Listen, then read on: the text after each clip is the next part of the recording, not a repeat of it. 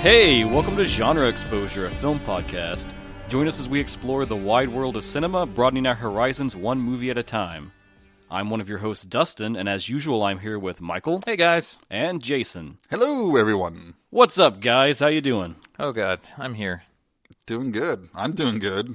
I'm doing okay. Good was a little too, what's the word? I already fucked this up. So this is kind of like 2 minutes where I fucked this up. We had one question. How you doing? Should I ask it again, or do you want to just start with how you feel? Let's let Michael go first. Oh, I'm good, guys. Thanks. Yeah. I can answer this question. I'm good. I'm feeling good. I've just had a baby, though. So yay, congratulations. Thank you. Woo! You've been going through a lot with that, though. I didn't have the baby. Obviously, my wife had the baby. But yeah, so life is crazy. Life is very different. But genre exposure forever.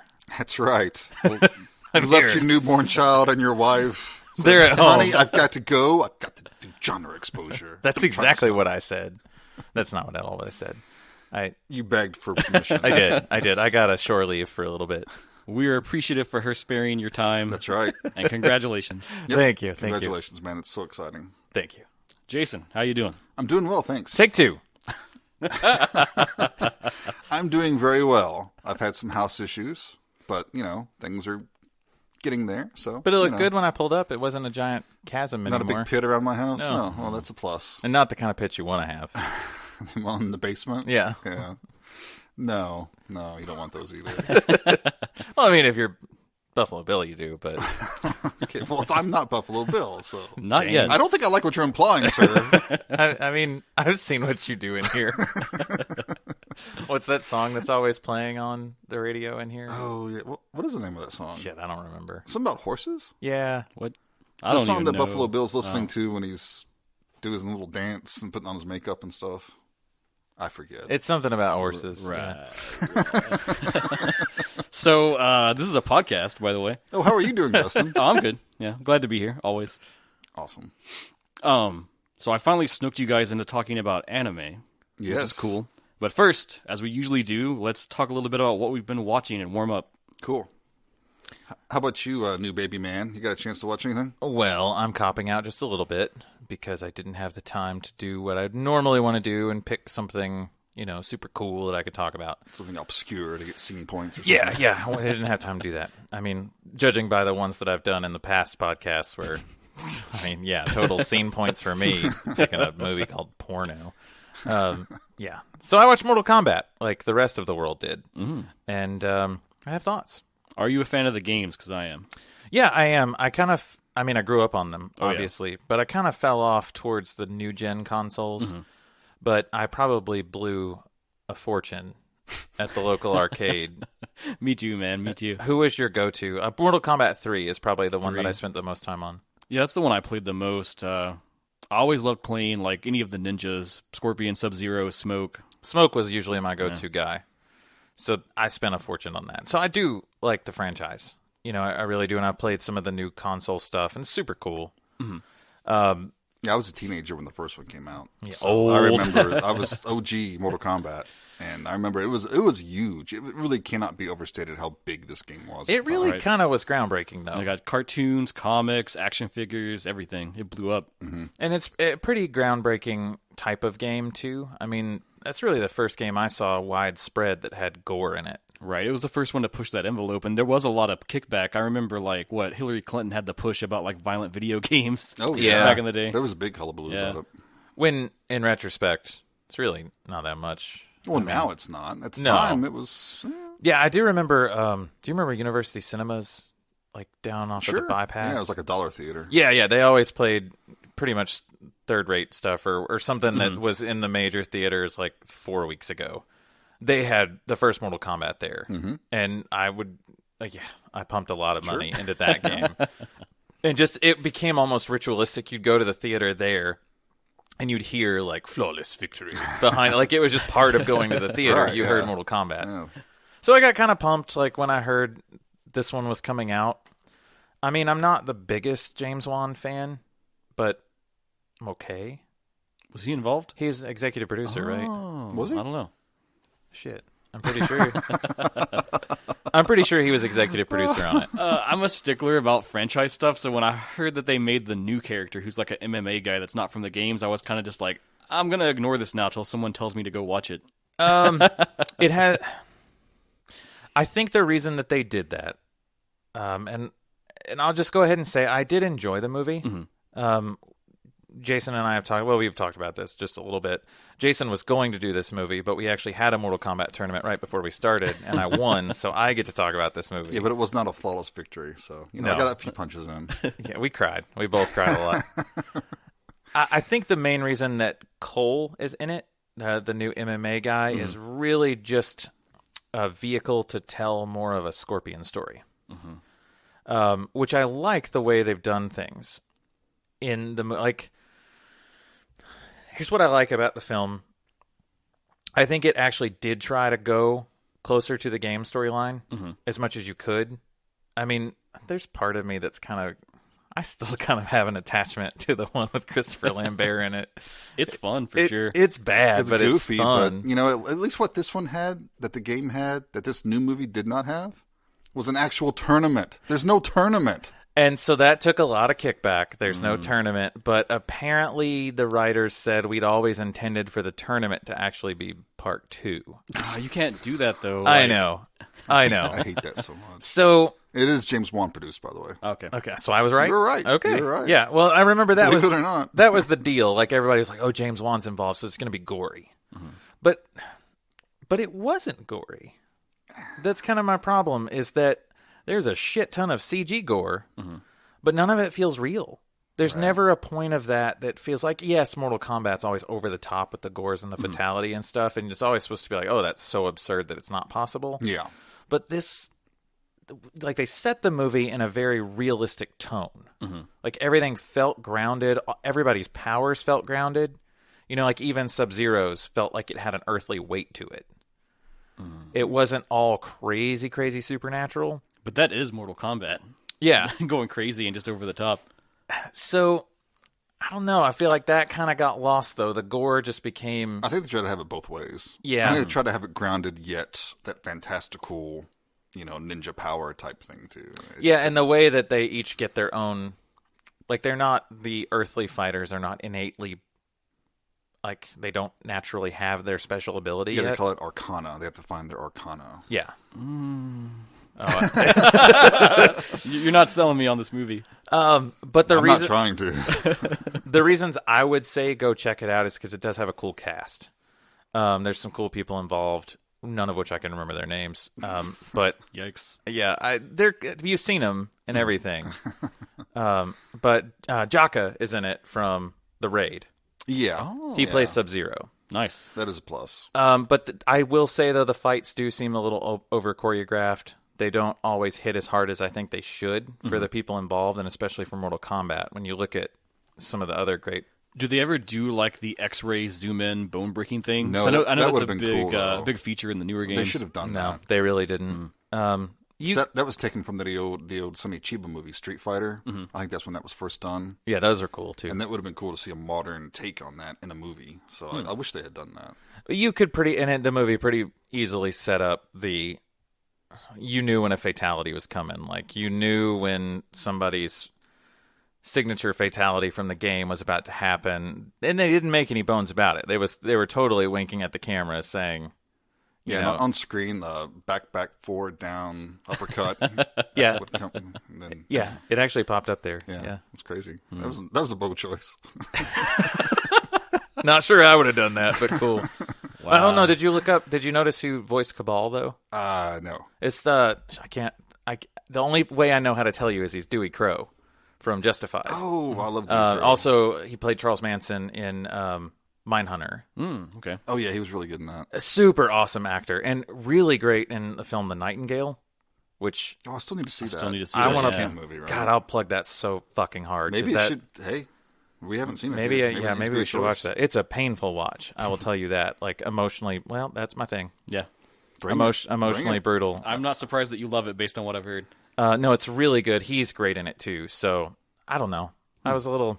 Like I told Jason through our messages when I watched it, I was like, I didn't turn it off. So obviously I was entertained enough to leave the movie on.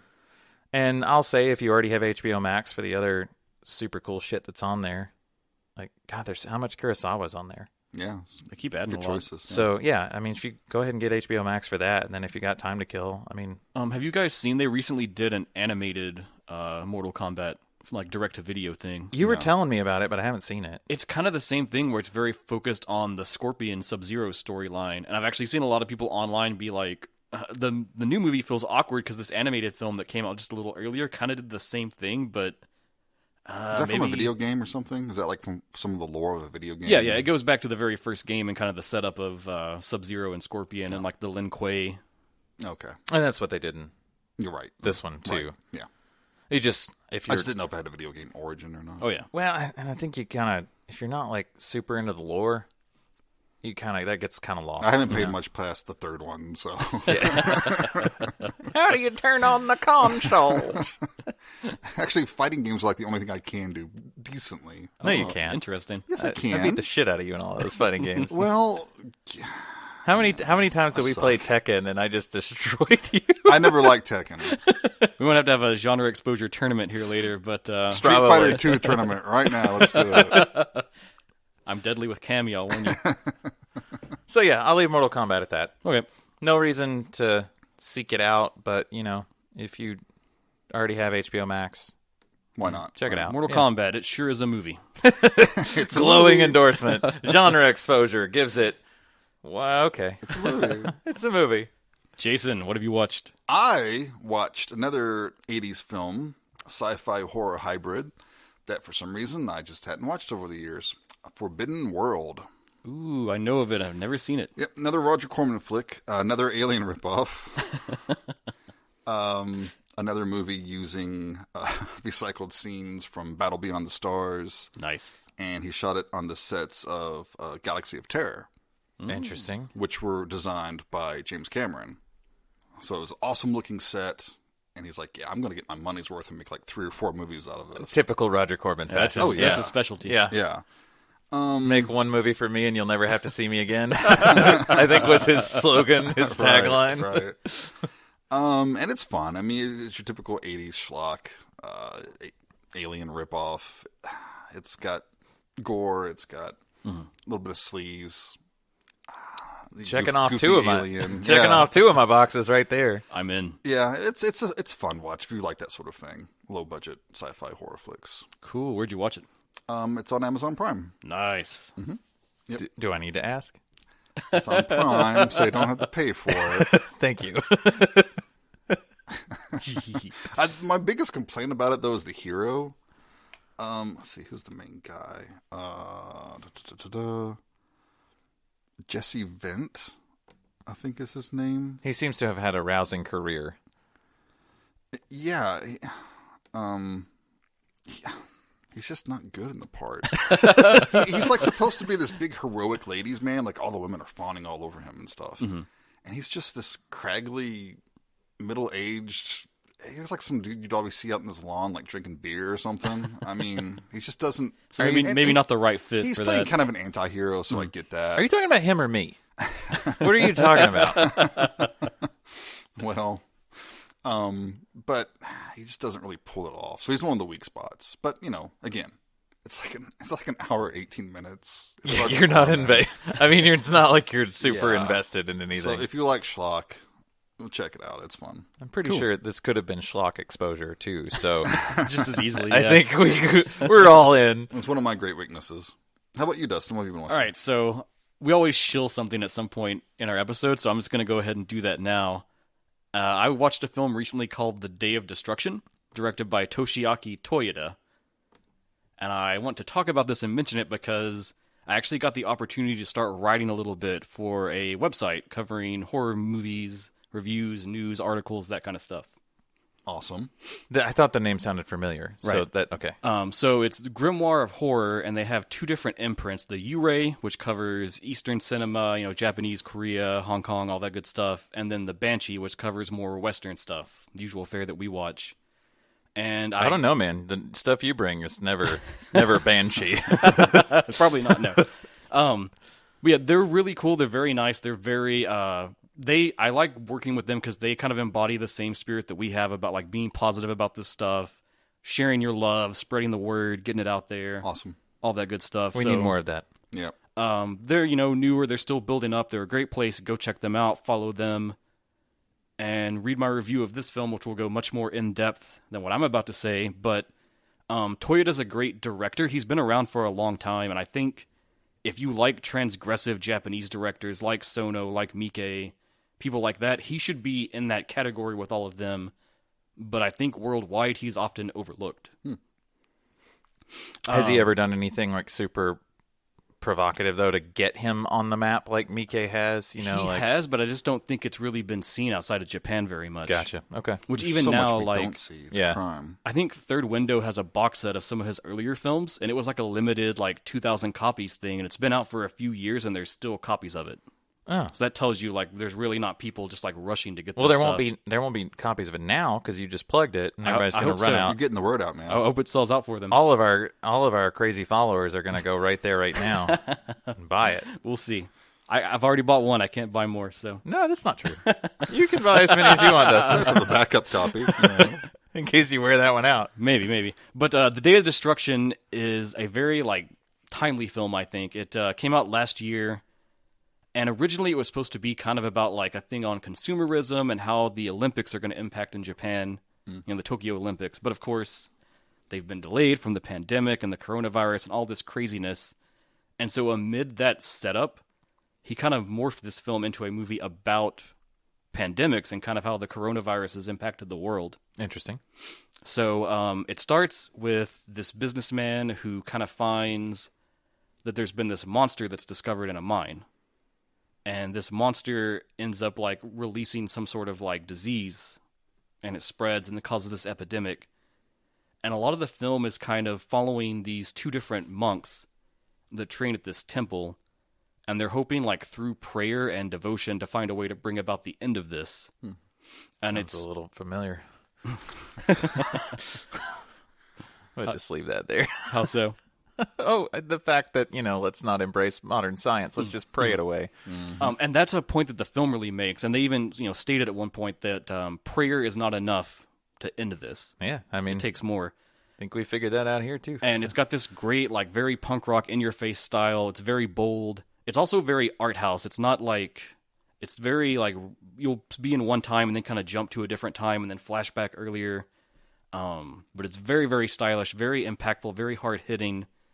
And it kind of raises a lot of questions about how people, how governments, how everyone has handled this pandemic and the way we treat one another.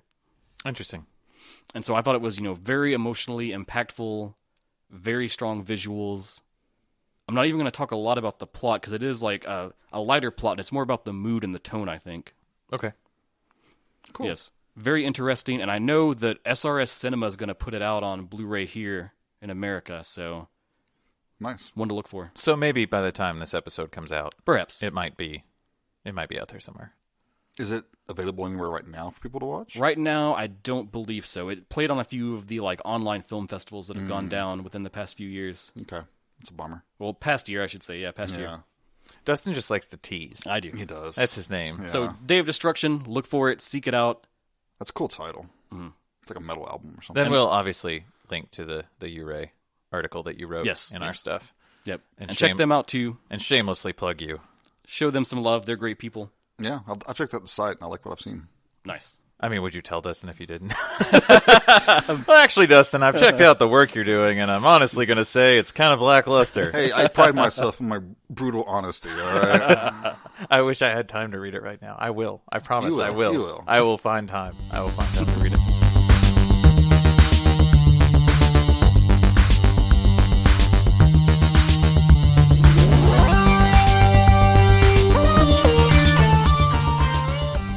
Today, we are going to be talking about Promare. And I want to start us right off the bat talking about the name of the film, because I need to correct myself from last time. Okay. What did you say last time? Do I need to edit it?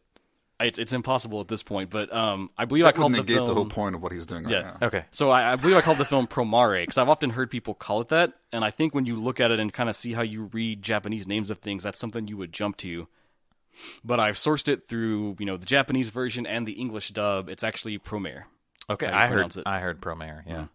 Yep, so big oops on my part, but I am correcting it. It's all right. Don't be so hard on yourself, man. Already knocking some street cred off here, though, aren't we? Suddenly, I might not be the only noob in the room. Well, this is a 2019 sci-fi mecha anime theatrical film from Studio Trigger, which is much beloved in the anime community. What else have they done?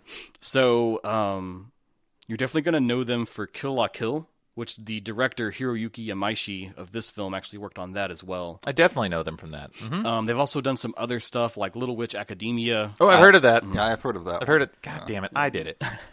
I punched the microphone. See? Okay. It's not just me. I don't know if it still is, but that was on Netflix, and I know it made a lot of news because it felt very like Harry Potter-ish in tone. I know this is going to sound cringy, but didn't that hit kind of big with Hot Topic as well? I think so, yeah. Yeah, okay. Not that there's anything cringy with Hot Topic, but they've done some other fun comedies. Dug a hole there. Pretty recently they did a show called Gridman, which is actually based on an old tokusatsu series that we got over here as, I want to say, Superhuman Samurai Cyber Squad, when people were kind of trying to cash in on the Power Rangers craze. I love those titles. That's a super cool title. Yeah. So all these years later, that old show now has like an anime companion to go with it. Interesting. Okay. But Trigger is much beloved. There are a lot of people who used to work for Studio Gainax, who for a time Gainax was a big name. You would know Neon Genesis Evangelion. Yeah. Yes. That's like a titan of the anime world. Right. They're responsible for that. And so a lot of former Gainax people kind of came together to make Trigger. Okay. Very cool.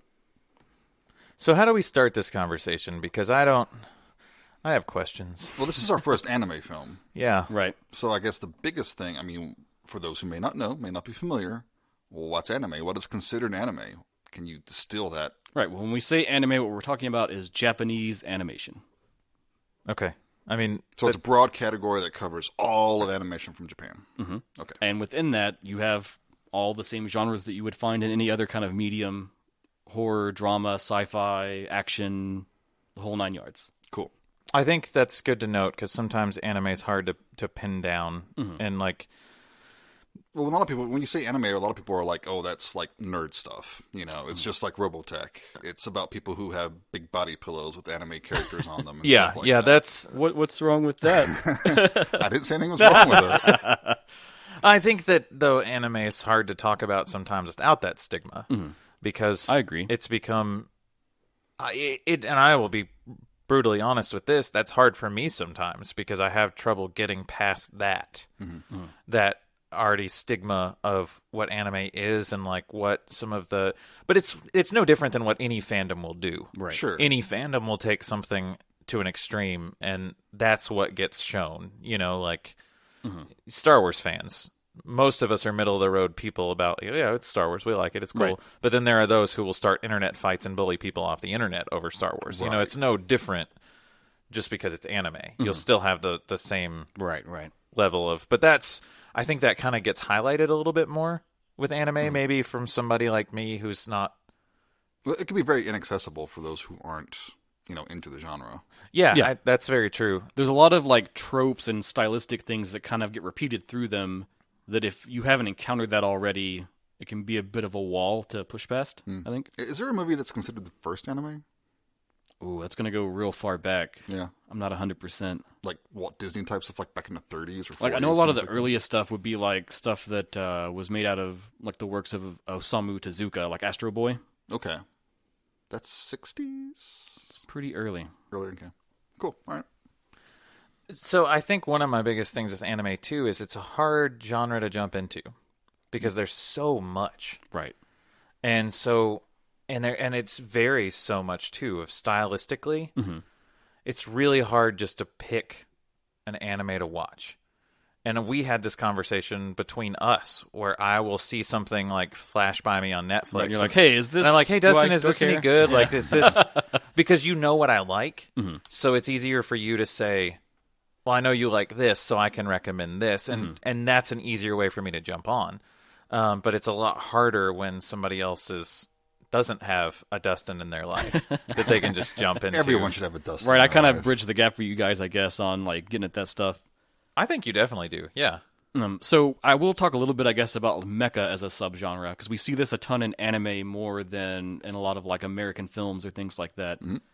You're dealing with giant robots, very sci-fi concept, and for a lot of the anime fandom, I think people that are really into mecha kind of divide it up into two types that they talk about: real robots and super robots.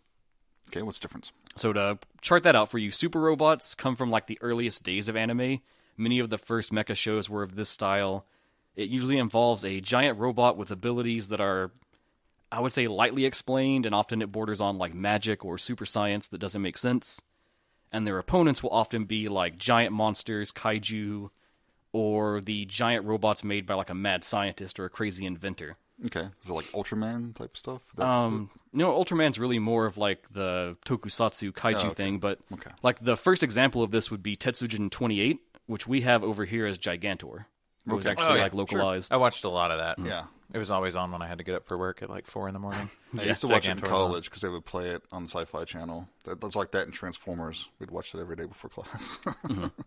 There's other ones like Mazinger Z is really big, Getter Robo. Anything where it's like one robot and it's fighting this wave of like monsters or aliens or anything like that. They're very sci-fi, very often lighthearted, but not always. The real robot type of thing has to do where the mecha presented are carried more like they are war machines or a practical part of that world, and they will have some kind of logical explanation for their existence within the context of the story. Pacific Rim-ish, right? I would say Pacific Rim. It kind of straddles both. Okay, which I will actually talk about. I just realized we're mixing live action with anime too. That's true, because Ultraman was live action, right? So it's Pacific Rim. And it's cool how those tropes can just go from one, medium to the other. The big example of when we talk about like real robots, quote unquote, would be Gundam. Okay. The mobile suits of Gundam are just the replacement for tanks and jets at this point, where they're mass produced. Every military has them, and there might be special ones like the Gundam, but in general, they're just a tool of war, the same way a tank would be considered. And the only thing that like I really know about Gundam and stuff is literally just that my brother-in-law collects them and builds them. So they always look super cool. Oh yeah. But as far as like knowing much about the anime itself, I'm lost. And then Macross is another good example, which we had over here as Robotech, that was localized. So a lot of people are going to know that more, which that was the like fighter jets that can become a giant robot. I mean, there's nothing not cool about that. No. And these days, in more modern shows, there's definitely a bigger push to kind of like blend elements together where there's like bits and pieces of each. Like Evangelion, the robots are, these huge titanic things that could never exist, and they're fighting these, alien-like creatures. But the way it's presented in the story, it's very grounded, and they have a reason for everything and why they exist. And I think that Pacific Rim is the same way. Like, stylistically, it's these big robots fighting, giant monsters from another dimension. But the way they present it is very grounded, and they, detail out the drift technology and all this stuff that would make it work. Right. They spend a lot of time to try to make you feel that you don't have to suspend disbelief as much for that. You're like, well, of course we build giant robots. And so it kind of blends the two styles together a little bit. Cool. Okay. So that's just a little background on the mecha genre, just to sort of ground us a bit. Okay, so now I have so many questions. I haven't even gotten to the movie yet. I know. I just have so many questions. This is what I was worried about. Okay, continue on. Yes. I'll interject my questions as they seem. Save all questions till the end of the... Okay. I'll give you a little more background just before we dive into the film. So, like we said, it's produced by Studio Trigger and X-Flag, directed by Hiroyuki Yamaishi, which would best be known for Kill la Kill, which he made for Trigger, or Gurren Lagann, which was a mecha series he made at Gainax. Okay. He is very known for sort of a fast, frantic animation style and storytelling. Oh, boy. Which I think for sure you're going to see it in Promare, yes. The writer was Kazuki Nakashima, and he actually worked on Gurren Lagann and Kill la Kill with Amaishi, so this is kind of like old hat crew coming back together to make something. That's cool, yeah. It definitely felt polished. It felt like a studio full of people that knew what they were doing. Oh, yeah. That's for sure. And that's kind of the appeal of Triggers. They're all kind of veterans from other studios, and so it's people that are really in this world and really talented, and they've just come together out of this love for making anime. Sure, I get that. I think that carries through in a lot of their works. Mm-hmm. As much as I didn't understand a goddamn thing I watched, I definitely got that vibe. For sure. The film does use a lot of 3D CG, and a lot of that was handled by Sanzigen. And the technique they use is actually an animation technique that's been used in some newer films like the Lego Movie or Into the Spider-Verse. I saw a shit ton of Into the Spider-Verse in this. And stylistically, it's this thing where it is animated, but because of the way they're animating it, they can kind of move a camera as if it were a film. And I think it gives it a lot of style and visual flair. The technique itself is very cool. Mm-hmm. Yeah, when I was watching this, I did notice a lot of that.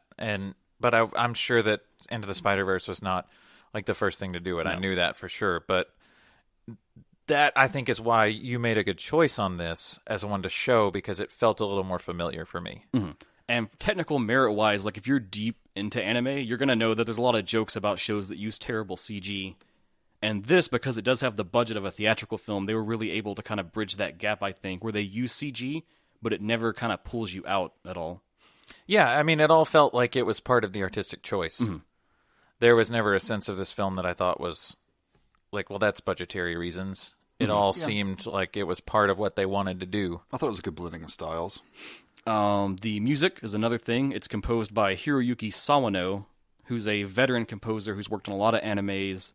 I love him because he's worked on a lot of Gundam stuff recently, Gundam Unicorn, Gundam Narrative. And there's something about his compositions. I really love the feel to all the music he makes. The music was cool. Yeah, music was... There was some good, like, kind of, I don't know, there was some good 80s sounding stuff happening in there, like some 80s rock that I was really digging. And he does a good thing with, like, he'll have these big orchestral moments, but then also it's cool to have, like, some more, like, synthy digital sound going on at the same time. Yeah, and it fit. Mm-hmm. I think it very much fit the movie. There's 2 little prequel shorts that got made, Side Gallo and Side Leo, that are sort of prologues about some of the main protagonists in the film. They're not essential, but they're cool. It's a good thing to check out if you enjoy the movie, just to see more of it. I'll have to go back and watch those. And then just a little stats about the film. In its opening weekend, it debuted at number 8 in Japanese box offices, and it grossed 41.4 million yen over its first 3 days. Is that unusual for an anime film?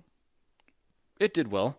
It went on to end up grossing 1.5 billion yen, which would be about 13.8 million for us. And it was the 23rd highest grossing Japanese film in general of 2019. Oh, that's cool. I guess that's not bad for an animated film if you put it in Hollywood box office terms. Like, I mean, outside of Disney and their massive empire. Titanic. They're going to destroy that, but still. What I love about Japan is the fact that anime films, they're not treated differently from other movies. Oh, no. You know, it's not for kids. Right. And it's accepted and it's not looked down upon. At least that from what Definitely. I've seen this way. And it did have a limited showing in the United States and Canada. I believe it was like a Fathom Events kind of deal, like limited screening, pre-order the tickets. Yeah. And it grossed a little over 2 million here with that, which is, for a Fathom event, pretty good, I would say. I honestly think I might remember seeing one of the Fathom event things. Now, what's this movie theater you talk about? It sounds vaguely familiar to me, but I don't... Those were once a thing long ago. They're no more. They're no more. Don't say that. Well, right now they are. We'll see. You're talking to a guy who thought movie theaters died when they stopped showing, actual film. Yeah, 35mm film. So let's go ahead and make a pitch right now. If you want to save the movie theaters, give me more comfortable seats, and give me good screens, and give me good speakers. Update your shit. That would all be nice. Turn the bulb up so you can actually see the picture. Yeah, I will just say that. Update your shit. Make it worth watching in the theater. Yeah. Also, maybe make movies that are worth going to see in the theaters. That's true. Ooh. Hey, come at me. Throwing some shade. The best stuff is indie, low budget stuff right now that's not playing in the theaters. I mean, Dustin killed the podcast during Dead and Buried when he threw out his big political statements about censorship. So we'll see if we just killed the podcast. If it survived Dustin's political statement. So let me hit you with the synopsis. 30 years ago, a new race of flame-wielding mutants suddenly appeared, destroying a large portion of humanity. These so-called Burnish have continued to appear at random, leaving a trail of death and destruction in their wake. The autonomous Republic of Promopolis is a thriving nation thanks to the incredible efforts of their leader, Cray Forsyth. A team of firefighters known as the Burning Rescue is tasked with stopping these horrifying creatures using the most existent technology available. Gallo Thymos is an energetic young man who considers Forsyth his hero for saving his life, and is the rescue team's newest recruit. Opposing them is a terrorist group called Mad Burnish that has been causing havoc all over the nation. After an encounter with Mad Burnish's leader, Leo Fotia, Gallo sets out on a fated quest to find the truth about these entities, ultimately leading him to question everything that he previously held to be true. I probably should have read that synopsis before I watched the movie, and then I maybe have understood it a little more. Well, how come you had a problem with the movie? You had a problem understanding it? I didn't. Yeah, that's what I was nervous about, because I don't feel like I understood a lot of it. How come? True to a Maishi style, it definitely throws you immediately into things. So even at the opening scene where all the shit goes down, you know, Right, so that's the big blow up where all the Burnish first appear. Now I do. So I guess if we consider that the opening scene, I've almost considered that the credits. Like that was super cool. It was almost like prologue showing everyone. Yeah, like just people on a train just like exploding. I love it because each situation, it's one of those moments where you know, like your anger and your stress just builds up and builds up and builds up, and you feel like you're gonna explode. But in this moment, it literally happens. Yeah, that was super. I mean, that was really cool. I thought that might have been the direction that the whole movie was gonna go. Didn't, but but yeah. Then we get to I guess where our main hero is, and you know. He's the hot shot, like... He's the typical super robot protagonist where he's this hot-headed youth that's, like, bold and determined and stands up for what's right. Loudmouth, kind of stupid, but very, like, kind-hearted, I would say. Poses a lot and have these great superfluous speeches and things like that. Yeah, I mean, he has a burning firefighter soul. He does. He does. Go ahead. No, I don't know what I'm talking about. I was just going to say, there is a bit of parody in this, is there not? Yes, for sure. It's meant to be like kind of poking fun at like the tropes of the mecha genre, I would say. Right. Okay. That helps me as well, because I don't know that much about the mecha genre. I don't know that much about anime, period. So, because even as like a storyline, I don't think there's anything that's super original or like groundbreaking with the idea of this or the story. It's really taking a lot of like the common tropes that you see and just like resequencing them in a very stylish presentation. Maybe that's where I got lost, is because I kept looking for something deeper than maybe wasn't there. I think there is some deeper stuff there, but we'll see Okay. when we talk about this more. So yeah, in the opening, you've got this great action set piece. Immediately, there's an attack going on by Mad Burnish, and Burning Rescue is deployed to stop them. And you see that it's this great blending of, like, firefighting that you would normally see mixed with, like, giant robot craziness. They all have these mech suits with specific tools that are designed to fight fires, whether that's, like, water cannons or bullets that freeze things. Yeah, the bullets that freeze things are pretty cool. We need to develop these in real life to give to firefighters, because that would just be awesome. Too cool. Yeah. I don't know, man. And, you know, they don't get a I lot don't know of... if we want some of those guys using that. There's a couple of my friends that are firefighters. They'd be like, hell yeah, I'll get that. I'd be like, I don't know if you should have that, man. And they don't get a lot of attention paid to them, but... Because really, it's over 2 hours, I think, the film just about... And a lot of it really only focuses on a few characters, but there's a ton of people in it. So, like, we learn a lot about Gallo, but a lot of his crew and Burning Rescue, they're more of just background characters. They're each interesting, but they're kind of just like a trope of a character. Yeah, I find that a little distracting, because you think so? I did, because it feels like these characters should be more important than they actually are. And maybe that's also part of the point. I didn't know if that was part of the kind of gentle ribbing it was giving anime. Like, there's just always this squad. There's always this group of people with all these different talents and stuff.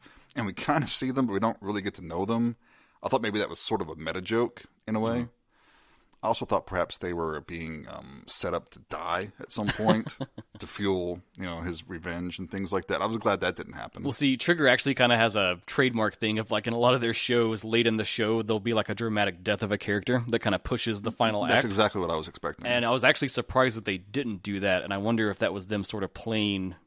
with the expectations that their fans would have. It was definitely them subverting your expectations, I think. If they killed that goddamn mouse, I was turning it off, though. Yeah, I wanted more of the mouse. I know. Yeah. There's a tiny little mouse that hangs out with the tech girl. And that's a trope of a lot of super robot shows, is they would have a mascot animal that was kind of like a goofy little creature that would hang out with them. Yeah. Well, he was cute, and I liked him. Voltron had mice, right? Yeah, Voltron had mice. But yeah, the team, so it's like you've got like the really cool, awesome leader guy, you've got like a strong guy, a smart guy, the cute girl that does all their technology and stuff. And they don't get a lot of development, but they're kind of just one-note people that are cool and just serve a role in the story. And let's not forget the gruff captain. It's always telling him to stand down. You can't handle this fire. Stand down. And then, of course, Ina. She gets probably the most development of any of the crew. She flies the support plane and kind of has a thing with Gallo going on. Mm-hmm. She gets a little bit more focus. It almost bothers me a little bit. Why? The only reason she gets the focus is because she's got a love interest with the main. Well, also her sister is very relevant to the story. I think that's the other angle on her. Maybe. I don't know. That was a big, the beginning you're talking about, because they're introducing all these characters, and it has their names flashing on the screen. Right, it does the big, stylish, like, giant signboard names of people popping up. And I think I was a little distracted, because I was trying to, this is who I thought they were going to be more important. Mm-hmm. So I was kind of trying to remember their names and their roles and stuff. And the big name signs, that's another Studio Trigger, classic that they do. Okay, it kind of took me out of the movie a little bit. Mm-hmm. I know it's supposed to, because it's obviously a device. Right. You know? But it made me direct my focus on this group that I thought was going to be more important. So, I don't know, I think maybe you had the same problem maybe I did, Michael, about being able to follow everything. Plus, I'm also old. And this movie is very kinetic and very fast. It's insane. Yeah, when I messaged Jason outside of our normal little text group, and I was like, hey, I need help. And he was like, what's going on? I was like, I need you to explain Promare to me so I don't sound like an absolute idiot when we go to record this podcast. I had to make sure he wasn't having a seizure first. And you actually asked me, you said, did you take Dramamine before watching it? And I was like, no, and I think I should have. It's technically marvelous. Visually, it's a spectacle. Right. But it doesn't let up. Mm-hmm. Right. They hit the gas and they never stop the whole way. There are moments of calm eventually. There are eventually, but for the first 30, 45 minutes or so, throttle, it's like I'm sitting there like, I don't know if I can handle 2 hours of this. Like, there's a lot going on. And if this wakes that baby, fuck you, Dustin. But it's enjoyable to watch. Mm-hmm. So I think my problem was I didn't just let it be. Mm-hmm. I didn't just watch it to watch it. You know, I'm kind of still digging for something, even within those first kinetic 30, 45 minutes. Mm-hmm. I'm looking for something there that's not quite there yet. Right. I can see that. That's just a battle. You're probably supposed to let it wash over you, I think. Mm-hmm. You know, don't fight it. Just go with it. Right. And so during that battle, he clashes with Leo Fotia, who is the leader of Mad Burnish, who's kind of the head of this terrorist group that's fighting on behalf of the Burnish. Yeah. And they look all evil and angular and very dark. Cool designs. Yeah. And surprisingly, even though the film kind of sets up like he's the main bad guy or something, Gallo overcomes him right out of the gate and he gets arrested. And that kind of brings us into our first like calmer passage of the film. Yeah, I almost had to ask myself if it was a simulation. Mm-hmm. Like if they were running a simulation. Or a danger room or something like that. Yeah, because they got him. And I was like, what? Okay. But then it sets up the true plot of the film, so I get that, but yeah. And I think that's where when it goes into it and you start to learn about Cray, who is the kind of like leader of the city, Gallo's role model, and the setup of Promopolis and what's going on. The easiest way I can think to describe it is everything with the Burnish. It's very much like the same metaphor you get in the X-Men comics, where it's kind of a stand-in for racism, I think. Mm-hmm. Yeah, that was definitely not thinly veiled, so I got that for sure. And it really hits, I think, there's the scene where they're at the pizza parlor, and it's like, they set up, everybody loves this place, the pizzas are always perfect every time, and then the next thing you know, this sort of like militaristic group called the Freeze Force shows up to apprehend one of the cooks, because it turns out he's a Burnish, and, Gallo questions it, where it's like, well, he's not doing anything bad, he's not hurting anyone, he's just cooking pizzas. Right.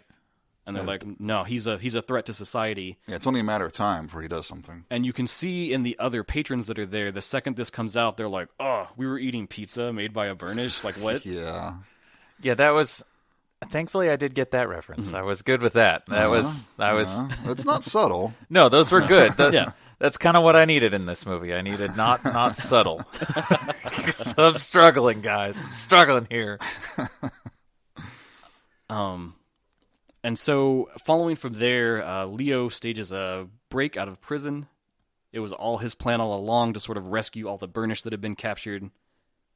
Because you find out that the Burnish have been captured for a specific reason. Mm-hmm. Yeah, you learn that Cray is kind of experimenting on them and up to something nefarious behind the scenes. But you're also skipping how about cool and fabulous Leo looks. Oh, yeah. He's a cool guy. His style is awesome. That was you in high school, wasn't it? I wish. The all black with the ruffled collar. That kind of neo-Gothic look. Mm-hmm. Yeah, it's great. Then that's a trope pretty much too, right?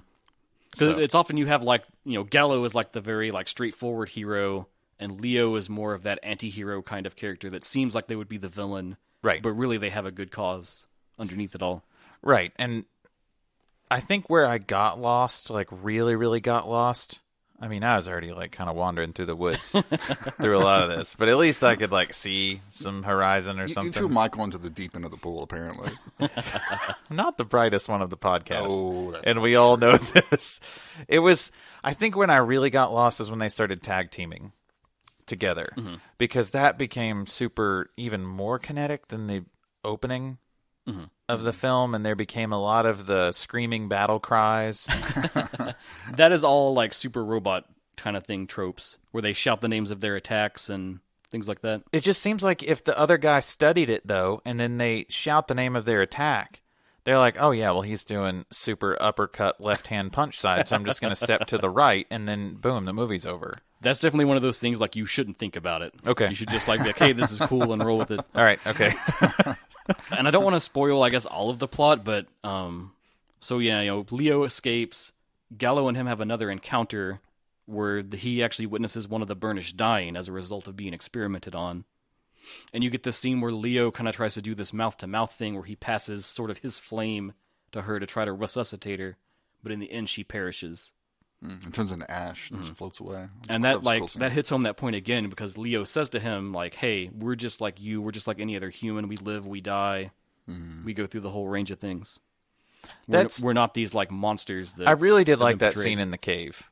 That scene was super cool. And that's one of the moments where it slows down a bit, and it does some character development and shows you this world. I think that's what I needed. I think that's what I needed. Yeah. You got to take a break. And that's one of the spots, too, where they show like how good they use the music to like give you the mood and the tone of things, because there's this really somber song that plays in that part.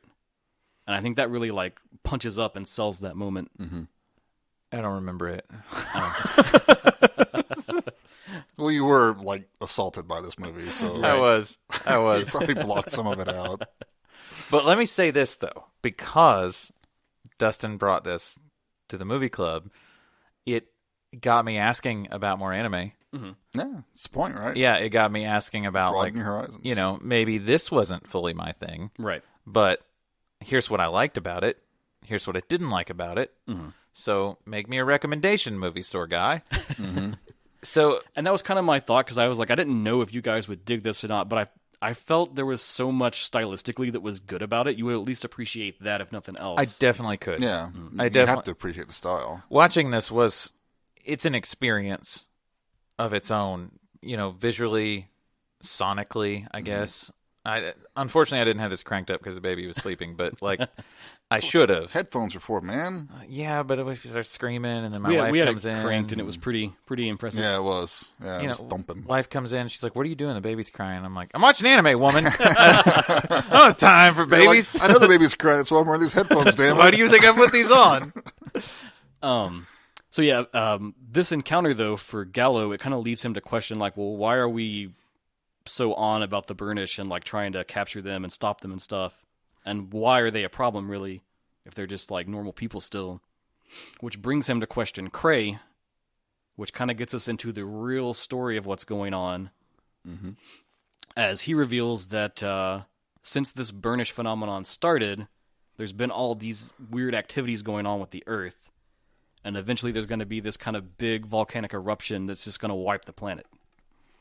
And so you had said before we watched this one, when you were justifying it to us outside of the podcast or whatever, which is not something we do. We don't justify movies to justify them. I was just ranting like I always do. Yeah, it's cool. And it's all good. We love your rants. Yeah. It's especially when we get you on really mad rants, because that doesn't happen often. But when we do, god damn, it's great. But you were even saying like you felt this one had a lot to say about modern political society. I don't think that they intentionally were trying to like point at something and say, hey. Well, it syncs up nicely. I think just in telling the story they were telling, it syncs up very well. Because if you look at Cray as a character, he's this big, larger-than-life personality that everyone loves.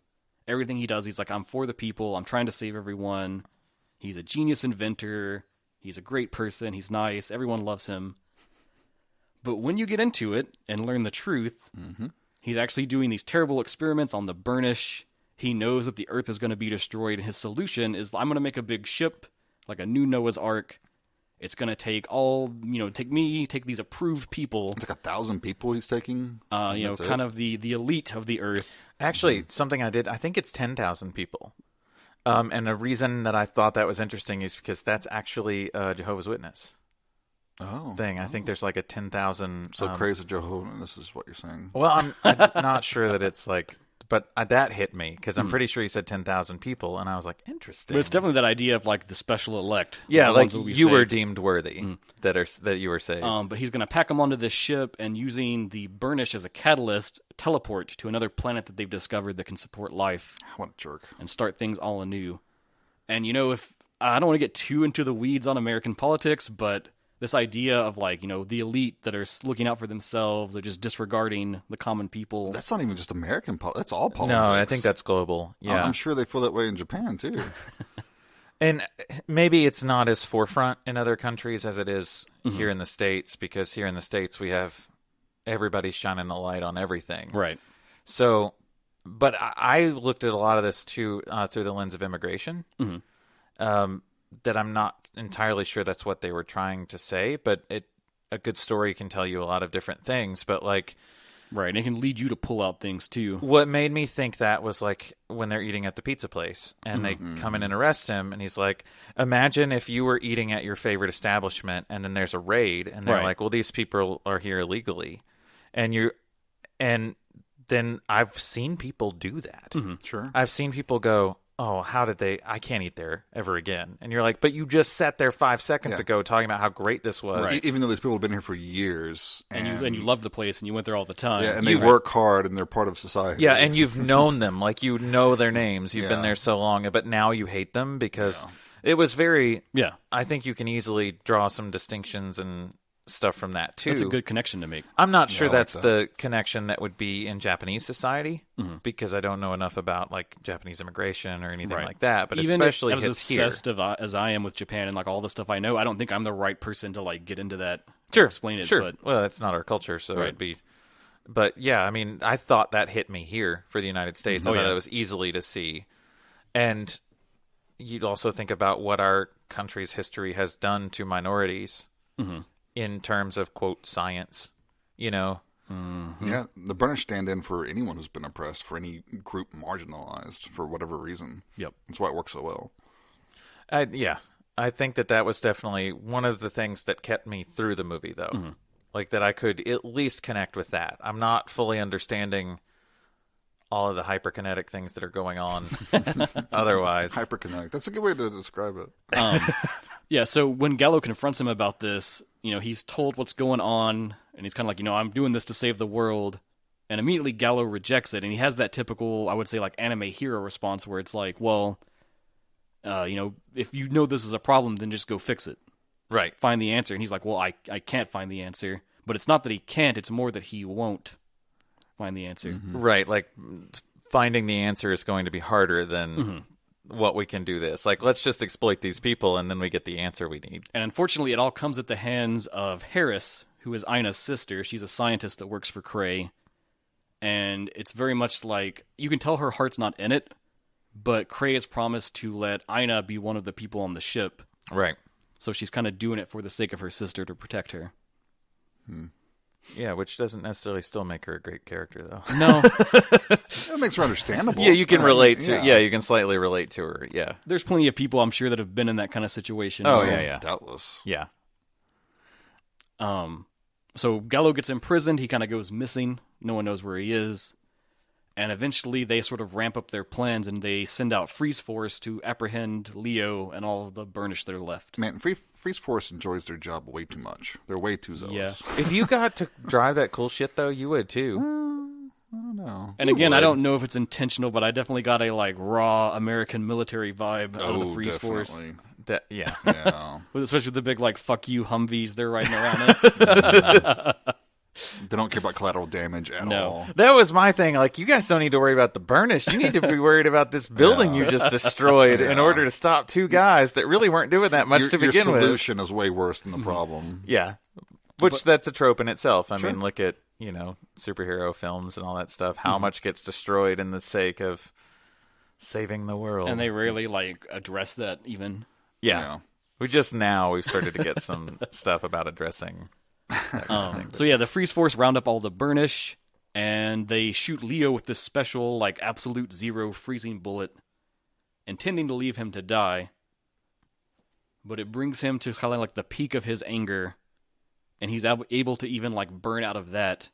And there's this awesome, it's one of my favorite sequences in the film where he kind of draws up the magma from this volcano, and he transforms into this fire dragon. Yeah. That was pretty cool. That's a great scene. And he heads to Promopolis and just starts rampaging through the city, demanding Cray to give him everyone back. Although there's a major missed opportunity there. I get that the score was great, but how do you not have Blue Oyster Cult? I'm burning for you playing while he's doing that. I mean, maybe it was just rights issues, and they're like, we can't afford Blue Oyster Cult. I don't know. The anime community has a long history of fan-made music videos where they take clips and set them to songs. So maybe somebody do that. Someone should do that. If it's not out there, somebody please do that. Maybe I'd understand that a little bit better. Some techno version of it or something. No, don't ruin it. Give me Blue Oyster Cult, just unadulterated.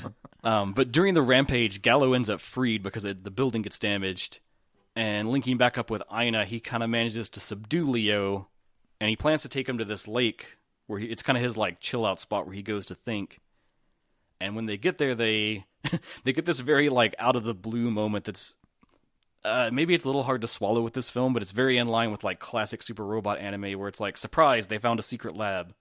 Sure, yeah. And there's this brilliant scientist who's going to explain everything, Dr. Prometh. Well, they even make fun of this part. Mm-hmm. Continue. And so Prometh lets him into their lab, and he's actually dead, but he has stored his consciousness in a computer that could activate when someone arrived. And the part you're talking about, that they really make fun of this kind of trope in anime, is they're like, wow, how did you know we were coming? And he's like, I didn't, you just happened to show up. Right. And he happened to build a robot. Mm-hmm. And right. The name of the robot, Deus Ex Machina. And so we learn the truth is that once Cray was kind of one of his understudies, and Dr. Prometh is the one who made all this freezing technology and all this stuff to do with the burnish, because he knows the truth of things, and that there's these interdimensional creatures called the Promare, the title of the film, and during an incident in the past, they kind of linked up with our universe for a second, and it caused them to bond with certain people. You just called it Promare, just so you know. It's hard to overcome. I think you mean Promare. Yeah. Okay. Listen, I don't want to take I don't want to take the high ground here, but it's Promare, sir. Right. So the Promare sync up with people, and that's what's created this burnish phenomenon where they can manifest and control flames. Right. I didn't need that part. You don't think so? You didn't need that part? No. I don't know. That was almost more of let's explain it away. Mm-hmm. Well, it also kind of helps to explain what's happening, in the Earth. Why? Right? Yeah, why the Earth is going off. Mm-hmm. Oh, I just figured it was a global warming thing. No, it's because of their presence, and it's influencing the way the Earth is working. But couldn't it have just been a global warming thing? I think you can still read it that way. That's how I read it. You could read it that way. So I didn't need necessarily the alien race thing. And we learned that what Cray has done, he's killed Dr. Prometh and taken his technologies. But the main thing, the Prometech engine is incomplete. And Prometh's idea was it would be this thing that would kind of burn off the energy of the burnish and then send the Promare. Oh my god. Fuck. There's a lot of editing going on here. No, don't touch a thing. Don't all right, touch a so thing. To burn off all the energy of the Promare and then send them back to their universe. Right. And we get a great video where you actually see Cray's betrayal of him, and he shoots him in the back. Yeah. And that's the other end of the equation that maybe is not their intention, but I definitely got later in the film when they confront him. Aina broadcasts the video, and the second he sees it, Cray's immediate response is oh, that's been doctored. That's fake. Yeah. Yep. And I don't want to make any statements, but how long have we been on this like fake news train? Yeah. The last few years. That was the first thing I thought of when I saw this. I mean, that had to be intentional though, because this came out in 2019, right? Yeah. That's an intentional reference. It's got to be. I'm not sure how long it was in production before that, but still. I mean, even if we look past the elephant in the room of that one that we're talking about, that's other politicians as well. Oh, sure. Yeah. Just became... Anything you don't like, you just say it's fake. Yeah. So the truth that we get out of this is that, everything he's done has been stolen from other people. He's, killed, he's lied, he's cheated, everything he can just to like have this power and hang on to it. Okay, now that's pretty Trump. But yeah, so Promare has made Deus Ex Machina, as you said, this giant robot, and it's meant to be piloted by one person and powered by a burnish. So Gallo and Leo team up to go back to the city and stop Cray from, destroying the Earth, because using these engines is agitating the Promare. Promare. Shit. Fuck. Using these engines is agitating the Promare, which is causing the blow up of the Earth to accelerate even faster. So in doing what he's trying to do to save the planet, quote unquote, he is actually causing the ruin to come. Mm-hmm. That's where I really got the kind of global warming vibe, climate change vibe that really hit for me there. I think from that kind of stuff. I can see that. Can we talk about the crazy ass dude that has like the teeth? What's his name? Like the leader of Freeze Force, right? No, yeah, maybe. What's his name? He turns into a tiny little truck at one point. I forgot his name. Does anyone know what I'm talking about, or is this some crazy ass shit that I didn't see? This is some baby lack of sleep induced dimension. No, he's like always. He's. I think Fred Tatasciore might have voiced him as well in the American dub. Well, you didn't watch the Japanese language original? I don't want to answer that question. Poser. No, there was no posing before this at all. There was me. I'll be honest with you. I started it in Japanese, and I was so overloaded. No, I will. Yes, you're it's right. Commander Vulcan, the leader of Freeze Force. Yes, Commander Vulcan. Okay. Yeah, as they're fighting him, eventually Burning Rescue kind of goes up against them to stop them from like rampaging like they are. Oh, that's right. I remember this now. And too. his like big tech suit that he's in, when it all breaks down, he's just like a little shrimpy guy. Yeah, he's like a baby or Right. something. He's like a big head, Yeah. a little body dude. At that point when that happened, I was like, what the fuck? But no, I want to come clean about that I did have trouble because I started this with Japanese audio, but I was overloaded. I get that. It's Like so kinetic. it really overwhelmed me, and I don't like to watch things in a dubbed version. But that overwhelmed me so bad that I was like, I need to finish this movie, so I need to find a way that I can finish it. And I'm not sure the American dub helped as much, but it at least freed me up that I could more focus on what I'm watching and not duel. It could be hard to read and gather the information and watch all that kinetic hyperactivity at the same time. Right. I will say, I've watched it both ways. I generally prefer stuff in the original audio, but I've watched dubs in the past, and sometimes I'll just rewatch them with the dub for fun. I do think the dub on this film is pretty well cast and well acted. It was good. I really enjoyed. Yeah, and there was a few that I actually recognized their voices on some of the. Like I want to say Fred Tatasciore was in there, and he does the Hulk for like all of Marvel's animated stuff. So a lot of like regular voice actors that I've heard in a lot of American animation. Billy Bob Thornton was one of them. And, That's weird. But he did Steam Boy too. Like he was in Steam Boy and like a lot of other. I think he even did some of the American dubs of. There's a lot of famous actors that have crossed over like that. Like I know it was before he was too big, but Bryan Cranston dubbed some of the Macross stuff. That's cool. So there's, I mean, not all the dubs are terrible. And this dub too, it has some veterans of like if you watch anime dubs, there's people you'll know that'll pop back up like Johnny Young Bosch and Crispin Freeman. They're like hardcore veterans that have been in tons of anime doing the dubs.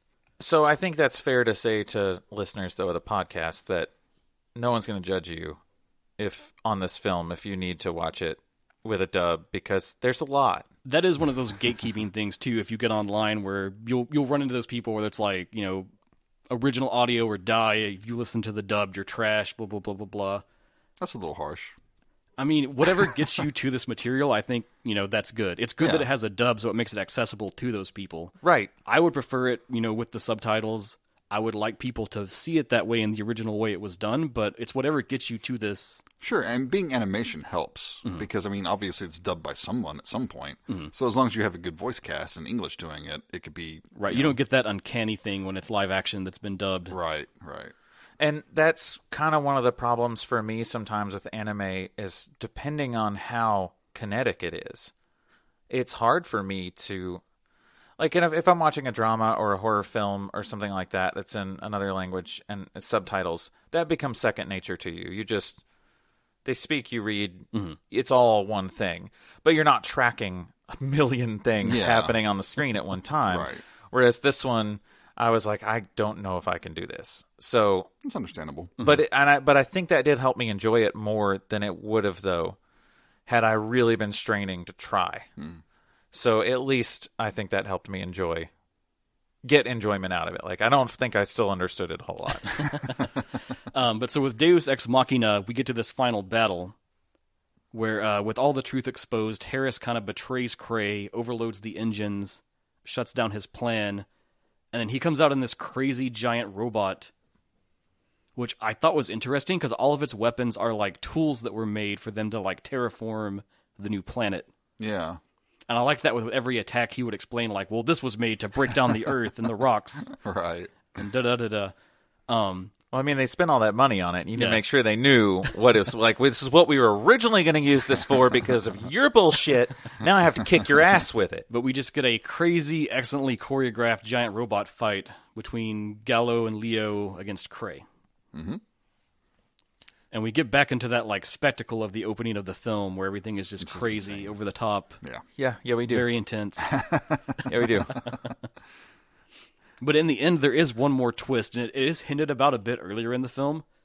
But they defeat the robot that Cray has, and it turns out that he is also a Burnish, actually. Right. Like a lot of politicians, he's also a hypocrite. And we even learned that sort of the event where he saved Gallo's life as a kid from a fire that we thought was like this great moment, he was the one responsible for the flames. And so that even that, too, is a lie. Yep. I think I learned more about this movie now. Never meet your heroes, folks. That's the takeaway from this. That can be a harsh lesson sometimes. Yeah.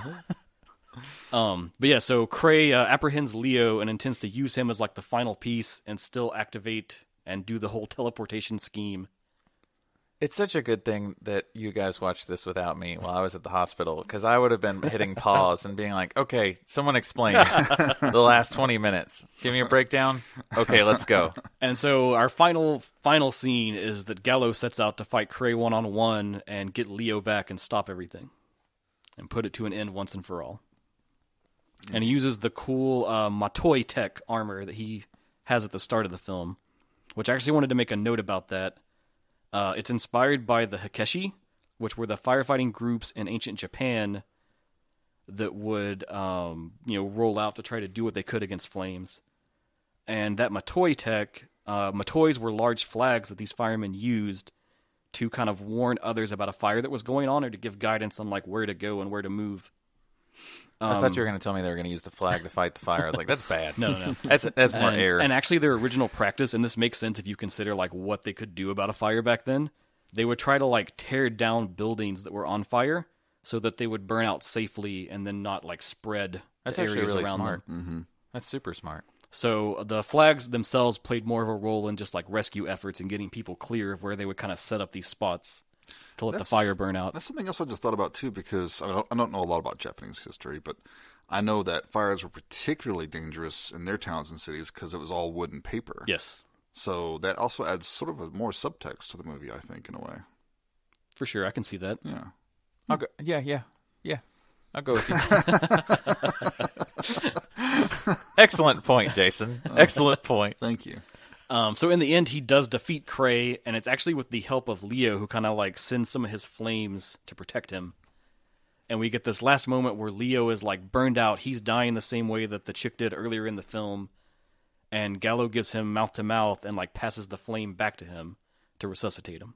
Was this a shipping thing that we were supposed to see? Like, If you go online, you'll see a lot of people that like sell that story. That's like, oh, they're like a couple, maybe. Are they not? That's all common stuff in the anime fandom. Okay, well, I saw that and I was like, well, saw that coming. I'm sure there's a lot of interesting fan artwork too. Probably. I mean, he uses proper mouth to mouth techniques. Tiffany pointed that out when we were watching it. Yeah. I never really got the vibe of like a relationship between them outside of just like friendship, but. I mean, if you see that and you enjoy it, cool. Yeah, I don't care. Do whatever you want, man. I can see it right either way. I mean, fire and ice, man. It's fire and ice. So in the end, team back up together. They power up Deus Ex Machina again to kind of its final form where it's as big as the planet. And using like the Matoi flag spear, they kind of organize all the burnish to fully burn out all their energy while protecting the planet from the flames. And releasing the Promare back to their universe. Hey, you got it right. Out of sheer tension to not be made fun of, I have mastered the proper technique of saying the name of the film. Watch him call it Promare before we're done. Yeah, so, the burnish all burn out. They go back to being normal people. Krei is defeated. And the day is saved, and the Earth exists on. Yay. And then you get assaulted one more time. Because it's just giant, bright, fucking yellow screen credits. Yes. Yeah. And I was like, oh, God! I thought we were done. Nope. And that scale of the mecha, that's kind of a thing that's a callback to Gurren Lagann, the mecha series they worked on back for Gainax. In that show, as it went, they kept scaling up. Like, first it was like a normal giant robot. Then it was like a battleship-sized giant robot. Then it was planet-sized. Then it was galaxy-sized. And in Promare, they didn't go that crazy, but they do like escalate it a bit up at least to like the planetary scale. Another, slight parody of the trope, I guess. Mm-hmm. I think I'm glad that I've at least found a couple other animes that I do understand from this. Because, man, I was lost. This is not entry level. No. So, like, if you were to recommend for someone getting into anime films, this is probably not something you would say watch first. I think I needed my Studio Ghibli. That's so safe, though. There's no risks there. But I think they're good introductory animes. They are. I mean, they kind of bridge the gap of, like, if you've watched Disney films, that's, like, one step out. That's what I needed, Dustin. Yeah, Promare is, like, the deep end of the pool. You have seen those. So you've already had your introduction. I have, yeah. And I enjoyed them. I threw you in and I said swim. Yeah. I've got the blue of most of them. Ooh. I do. I do have the blue of this, of course. Of course. To be expected. But this was also streaming on HBO Max. Yes. Which was super cool. Dustin was like, hey, do you have HBO Max? And I was like, well, I steal Jason's. And don't say that. They're going to come after us. I do not steal Jason's. Cut that part out. Edit that for sure. But no, it's good that it's so accessible. So if you are interested in this, or you kind of just want to dive right in and don't care about like how crazy and assaulting it is, I also think this is probably better for like a younger audience too, that are used to, because they're playing video games that are more hyper-kinetic, surely than the stuff I grew up on. Hey Jason, I think there's kids on your lawn. Again? But no, I mean, you know how things are. Things get more intense. And I totally get that. I think this is definitely like, I mean, I even struggle with stuff like Dragon Ball. You know, like sometimes that's a little too hyperkinetic for me. You know, they take like 20 episodes to go across 5 minutes of time in Dragon Ball. They're powering up for like 3 hours. I think that's why I don't know. I don't know where I am right now. Whatever. Well, in the future, maybe I'll poke in some other different directions with anime and try to find. Oh, there's all sorts of subgenres. Find your place. Oh, I'm sure. I mean, you already hit the nail on the head because I just took your recommendation and watched Pacific Rim Black. Nice. Which I don't know. I felt that one was very tame as far as like anime stylistically goes. I think it tried to keep to the tone of the films, so that was kind of the guiding line on that one. But I followed that easily. You know, God, I'm going to sound like such an idiot when this plays to anyone who's actually an anime fan. They're like, who let this guy on here and talk about this? Hey, we've got our anime expert. Right, and we're not an anime podcast either. We're wide. We cast a wide net here. I mean, that's a good thing because I would have got kicked out a long time ago. Can this guy read? Can he actually read anything? Well, I mean, we introduce each other to something new, and that's the name of the show. Something new, genre exposure, exactly. And the good thing is, so never feel stupid. Everyone out there, don't feel stupid like Michael does. Don't be like Michael. Notice I said does, not is. Thanks, Jason. You're Thanks. welcome. No, but I think the good thing is that you did still pick one that I did still enjoy. Mm-hmm. Like, I enjoyed watching it. I'm not going to say that I got the same things out of it that everybody else would, but I think that's okay. It works on multiple readings. Yeah, for sure. And I've even gotten more out of it some of the times I've gone back and rewatched it, because I have watched this one a bunch of times. Because I think if you do like it, it's very rewatchable just for the spectacle of it all. Sure. So yeah, maybe we should just go into our kind of final thoughts on this. Sure. Let's do it. So Michael, yeah. You know what? I'll go first because it was my movie. Okay. I'll start sealing this out. I appreciate that. Obviously, I love it. I think it's great on every level. It is very frantic, very fast-paced, very over-the-top. It rarely slows down, and even when it does slow down, it's still at a very, carrying fast pace. There's a lot of characters. It could be hard to follow for some. I'm so entrenched in this, I just was carrying along with it perfectly. If nothing else, I think it's important to see for the visuals and the way they've composed it, the way they've used the score, the soundtrack, the way they've incorporated this 3D CG to really make it feel like there's a camera there and there's movement and panning going on all the time. right? The story's not super original, but it is well executed, I think. There are some good themes in here that you can pull out of it. I don't know how many of those were intended, or it's just a consequence of the type of story they're telling. But to me, I love it. It's a 5-star all the way for me. Wow. Okay. I could see that. Do you want me to go next? Yeah. Okay. Yes, I did enjoy it a lot. I think it's pretty engaging. Once you get past the craziness of it, I find that a little bit off-putting. But once I got used to it, and I'm going with flow. Okay, I'll just go with this. It's a crazy ride. It's definitely worth watching. I would give it. Oh boy, I want to give it 3.5. Okay. All right. Because I really did enjoy it, and I think it's unique. Like, I haven't seen another anime quite like it. Well, you just watch hentai all the time, though. So, yeah. That'll be a later episode, right? That's different. It's a different genre. But it's not something I would recommend to someone who's new to anime by any stretch of the imagination. But I think if you've seen a few and you want something kind of crazy and nuts, check it out. Cool. All right, Michael. Well, I enjoyed it. I enjoyed watching it. I didn't fully understand it. I think that this also would have helped me. Unfortunately, we had to watch this separately. Right. Due to baby and being in hospital and stuff. So we had to watch this separately, which I think might have helped me if I was in the room. I'm like a walking audio commentary for a lot of the things I pick. But that's good because sometimes I don't know, sometimes I need just a little nudge to be like, oh, okay, and then that falls into place. So I think I'm going to give this a 3 out of 5. Okay. Because I did enjoy it. But it also could be one of those things that now that we've talked about it, if I go back and rewatch it, that I might see a lot of the things that I missed. Now that the idea is there. Yeah, now that the idea is there, and also now that the shock is gone from... That makes me sound so old, but like this movie is shocking to watch. Like at first you're like, whoa. It's visually challenging. It really is. And I really appreciated it a lot. Like from an artist's point of view and from an artist standpoint, there's some very original, animation happening here. Oh yeah, gorgeous visuals. Absolutely. I mean, but like we said earlier, it did kind of remind me a lot of some of the Into the Spider-Verse stuff, like when that kind of got a little crazy and trippy. Yeah. So that felt familiar at least. But yeah, I think it's definitely worth watching. I'm sure that if you're an anime fan, then you should have no reason to not watch this. Like, you probably should have already watched it. And Dustin's probably sitting here judging you. Like, you haven't seen Promare? Wait, Promare? Oh, no, I'm never going to live this down. And the bad thing is we've made so many jokes now, it has to stay in. Oh, it's going to stay in. Oh, it's Yeah, staying there's in. no question about it.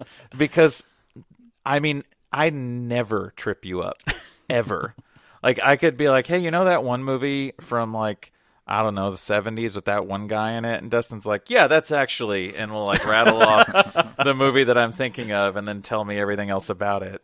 And so I can't get him on anything. So Listen, always stay humble, folks.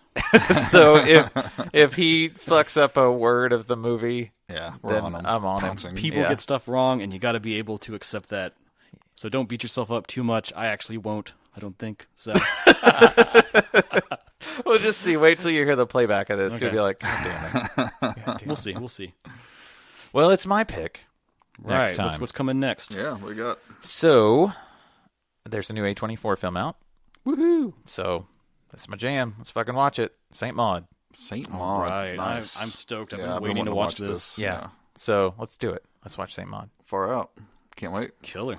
All right, guys. Thanks as always for listening. Please hit us up on all of your favorite channels, whether it's the Instagrams, the Twitters, the Facebooks.